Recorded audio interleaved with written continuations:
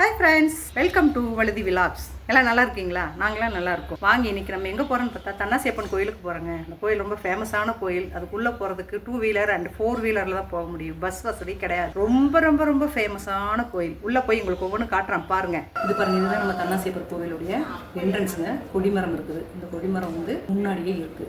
இங்கேருந்து நம்ம வந்தோன்னா ஃபஸ்ட்டு லெஃப்ட் சைடில் விநாயகர் வச்சுருக்காங்க. அங்கே தான் நம்ம வந்தால் விநாயகர் கோயில். இதில் வந்து நம்ம பூஜை பண்ணி அர்ச்சனை பண்ணுறாங்க, பூஜையும் பண்ணுறாங்க. இங்கே நம்ம சாமி கும்பிட்டுட்டு அப்படியே நம்ம லெஃப்ட் சைடே போனோம்னா இந்த மரம் வந்து 1000 வருஷத்துக்கு மேலே ஆகுதுங்க. இந்த மரம் வந்து இங்கேருந்து நம்ம அப்படியே சைடில் லெஃப்டில் பார்த்தோம்னா நிறைய சித்தர்களுடைய சிலைகள் அமைத்து அதுக்கு அன்றாட பூஜைகள்லாம் பண்ணிட்டு வர்றாங்க. எல்லா சித்தர்களுடைய சிலைகள் வச்சு 3 காலத்துக்கும் அவங்க சித்தர்களுக்கும் அபிஷேகம் பூஜைகள் நடந்துக்கிட்டு இருக்குங்க.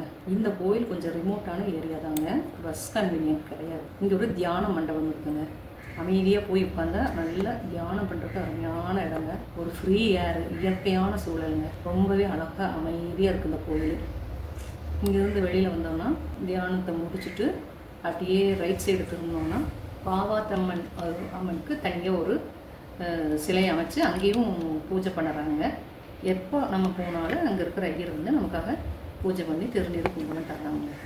அதுலேருந்து அப்படியே இந்த சைடு வந்தோம்னா ரைட் சைடில் பார்த்தோம்னா ஒரு அருமையான சிவலிங்கமும் நந்தி இருக்குதுங்க. அந்த சிவனுக்கும் அதே மாதிரி பூஜை பண்ணுறாங்க. ஆனால் இந்த இடத்துல ஐயரெல்லாம் இருக்க மாட்டாங்க, நம்ம சும்மா கும்பிட்டுக்க வேண்டியதாங்க. சிவனுக்கு இருக்கிற மாதிரியே நந்தி இருக்குதுங்க. இதை விட்டு அப்படியே கொஞ்சம் வந்தோம்னா ஒரு ஆஞ்சநேயர் இருக்காருங்க. அதுலேயும் வந்து நமக்கு ஐயர் இருக்க மாட்டார், ஒரு தீபம் எரிஞ்சிட்ருக்கு, நம்மளே கும்பிட்டுட்டு வர வேண்டியதாங்க. அதை கும்பிட்டுட்டு அப்படியே கொஞ்சம் நடந்து வந்தோம்னா பக்கத்துலேயே வந்து பாலமுருகனுக்கு ஒரு விளக்கு போட்டிருக்காங்க. நம்ம வந்து தெய்வம் அங்கே சாமி கும்பிட்டுக்கலாம். அந்த இடத்துக்கு ஐயர் யாரும் இருக்க மாட்டாங்க, நம்மளால கும்பிட்டுக்கணும். அதுலேருந்து கொஞ்சம் உள்ளே வந்தோம்னா தன்னாசியப்பரோட சமாதிங்க. இந்த மரத்துக்கு கீழே தான் அவர் வந்து சமாதியாக இருக்காரு. இந்த இடம் வந்து உங்களுக்கு ரொம்ப ரொம்ப ரொம்ப ரொம்ப முக்கியமான இடம் இந்த கோயிலில். அவருக்கு வந்து தன்னாசியப்பருக்கு உருவம் வச்சு கீழே வந்து ஒரு வேலெல்லாம் மூணி வச்சுருக்காங்க.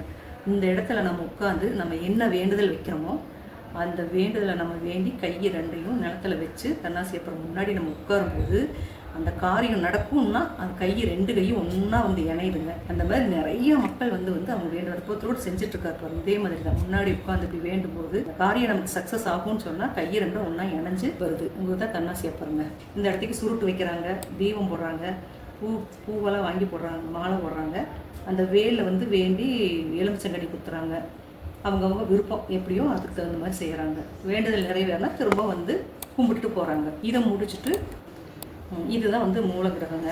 இதில் தன்னாசியப்பருக்கு உருவம் வச்சுருக்காங்க. இங்கே ஐயர் 24 மணி நேரம் ஐயர் இருக்காருங்க. சாமிக்கு அர்ச்சனை பண்ணுறாங்க.